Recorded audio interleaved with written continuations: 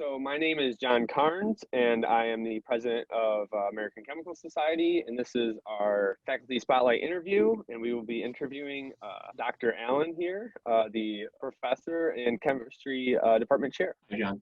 How do you balance your research, being the chair of chemistry, and your family life?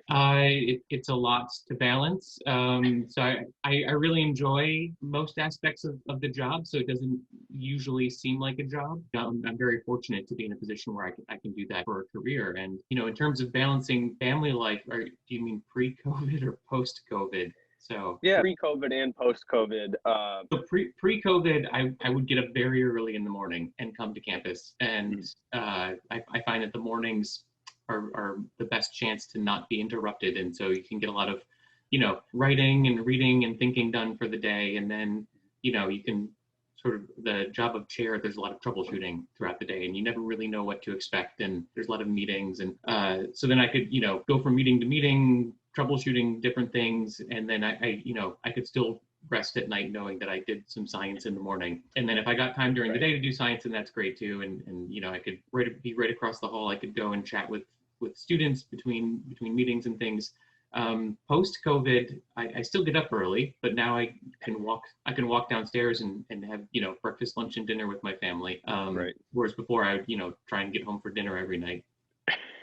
Right. And so it's interesting. I've been on campus once since February, and so wow. I do things like either Microsoft Teams or FaceTime or Zoom with the group, and I've trained people in the lab virtually through phones, holding phones and things like that. And so it's different. What would you say are some of the changes you've had to make to the lab because of the pandemic? The biggest thing for our lab, for my research lab, is shifts. So for the longest time, there was no undergrads. Well, first of all, there was nobody allowed in the lab for a couple of months. And then we had to make these plans to be socially distanced. That gave us basically 2 shifts. And so we had a week on, week off rotation. And then just the last few weeks, undergraduate researchers, as you're aware, have been allowed to come back sort of slowly. What inspired you, who inspired you to go into research, pursue chemistry? I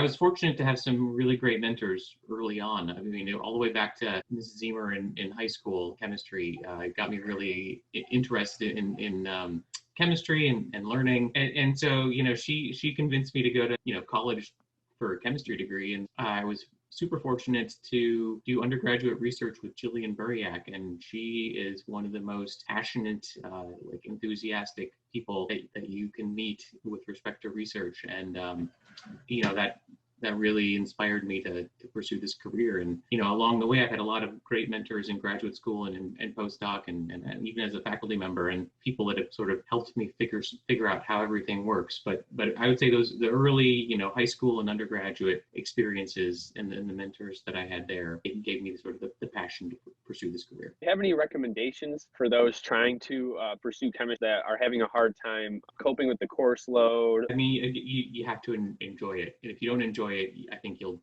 be miserable. So you can't enjoy all aspects of it, but it's a lot. Right. I mean, to keep up with the scientific literature, the pace is just tremendous. You have to be reading all the time and talking about science all the time. And if you don't enjoy that, then, you should find something else to do. And the undergrad course load in chemistry, it's a lot. It's like, learning to both speak and function in a foreign language. That's chemistry. Right. But there's people there that would like to help. And so there's lots of resources on campus for people that are struggling with that. Speaking of Detroit, what is one of your favorite spots to hang out in Detroit? Favorite spots to hang out in Detroit is my lab. I don't know this about you, but you actually are the world record frog leg eating holder, correct? Yes.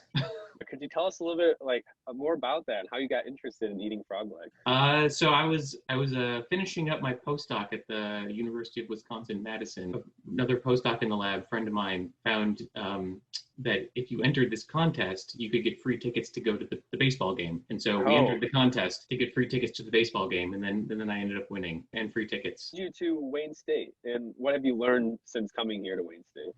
When I was interviewing for jobs, I applied to, every job out there. Everyone. And then 4 offers, and Wayne State made a really good offer. And so the people seemed very collegial, and like the lab space was amazing, and came here for a lot of different reasons. And I've had a chance to be really successful here, work with really smart and motivated students, learn new science, right? So I've learned all kinds of stuff about lanthanide chemistry. Speaking of some chemistry that you've learned over Wayne State, what have you taught any courses here at Wayne State before?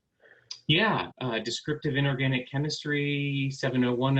I've taught 3020. I've taught Chem 3000, organic biochem sequence for nurses. Right.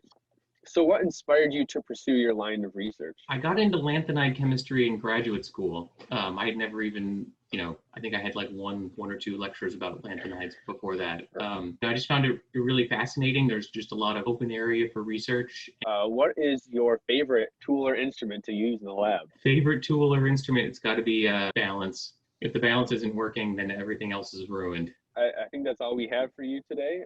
Thank you for doing this interview with us. Look forward to talking to you again sometime. Yeah, hopefully in person in the not Right. future. So Yes. thanks, Thank you. John. Take care.